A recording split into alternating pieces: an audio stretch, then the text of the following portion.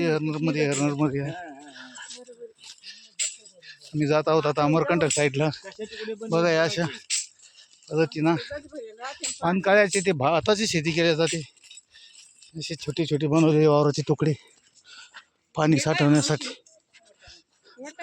आता यात वाटाणा पीक आहे, मसूर काही वाटाणा काही अशा पद्धतीनं, कारण इकडे पाणी हा विषयच नाही. तरी शेजारी माता नर्मदा आहे. नर्मदे हर नर्मदे हर नर्मदे.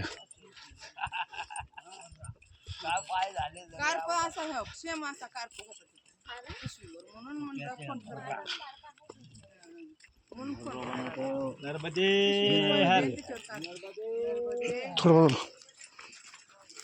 हे भाताची शेती आहे. असे छोटे छोटे वावराचे बनवलेले तुकडे, कारण इकडं सिंचन हा विषय नाहीच. जी काय शेती होईल ती पानकाळ्यात आणि पावसाच्या भरोश्यावरच. कुठे बघा खूप लांबवर तुम्हाला अशाच पद्धतीने शेती दिसेल.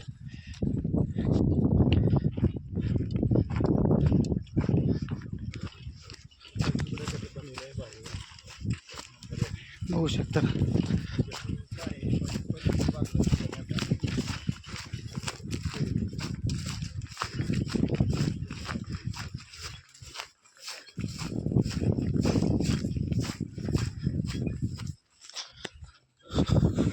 फार छोट्याले असे वावराचे तुकडे बनवून पाणी साठवण्यासाठी केलेले आहेत. या वावरातून त्या वावरात पाणी जाण्यासाठी जागा ठेवूनच हे लोक शेती करतात. जरी जादा पाणी झाले तर पीक वाया जायला नको असे हिशोबाने खूप मस्त अशी शेती करतात. पण शेती इकडे पानकाळ्यातच होते. एरवी आता राम भरोसे हा काही वाटाणा अशी अडीचडी पिकं करून आलं तर आलं, गेलं तर गेलं, त्या हिशोबाने काम करतात.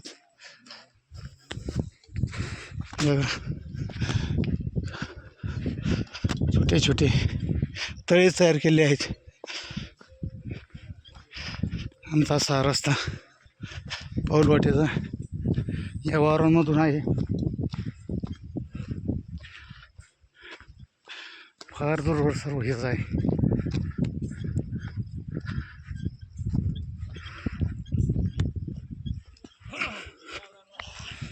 इकडे छोटाली अशी आदिवासी गावं आहेत, थोडे थोडे 20-25 घरांची.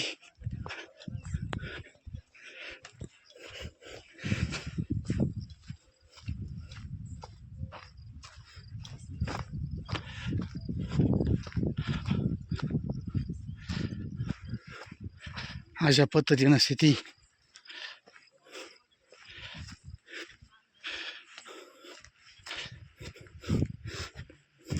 येथील एक शोकांतिका आहे. शेजारीच माता नर्मदेचं पात्र असून सुद्धा हे लोक या पद्धतीनं शेती करतात. काय गणित असेल त्यांनाच माहीत. पण एकदम लगतच माता नर्मदेचं पात्र आहे.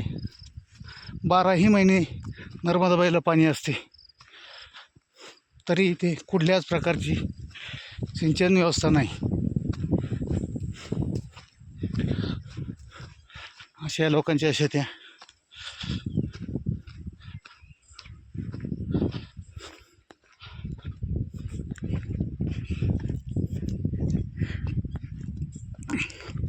तीनही बाजूला डोंगर आहे. शेजारी माता नर्मदेचं पात्र.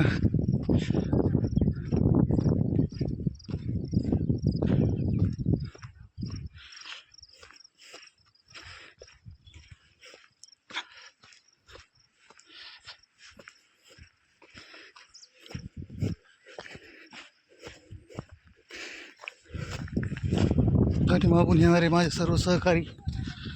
नर्मदे हर नर्मदे. असा बगदांडी रस्ता.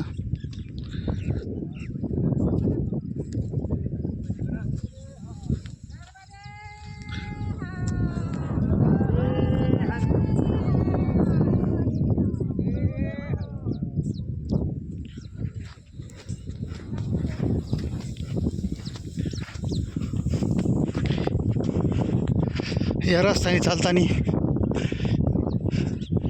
फारच काळजी घेऊन चालावी लागते, कारण आपल्याबरोबर असतो एका हातमध्ये दंड, एका हातमध्ये कमांडलो, पाठीवर 7 ते 8 किलो वजनाची बॅग.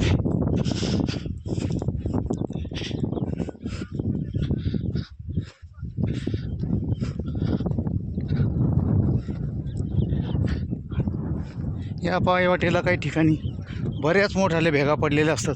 नर्मदे हर नर्मदे.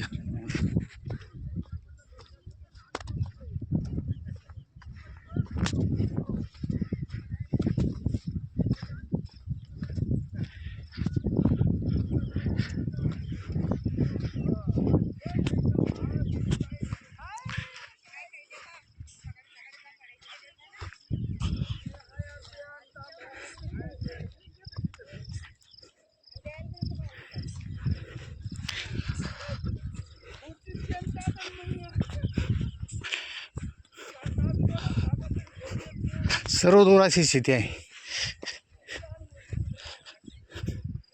तुम्हाला कुठेही वावरात कोणीही काम करताना ते दिसणार नाही. सर्व लोक काय भेटायचे ते गावात आणि घरीच भेटतात.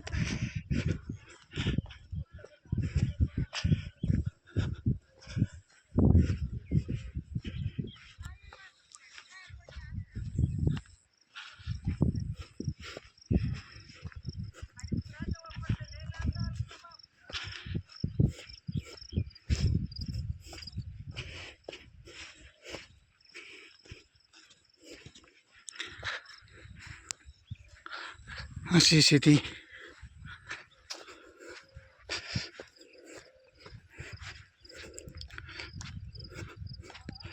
पूर्वी 5 वर्षापूर्वी मी नर्मदा प्रदक्षिणेसाठी पायी आलो असता, तेव्हाही अशीच परिस्थिती होती आणि आजही अशीच परिस्थिती आहे. बदल काहीच नाही.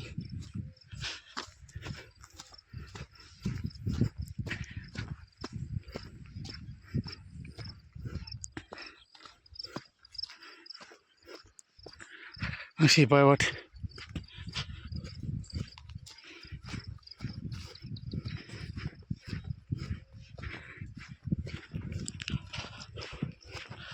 काही ठिकाणी खूपच खोल असे खड्डे पडलेले आहेत. यातही पाय जाण्याची भीती असते.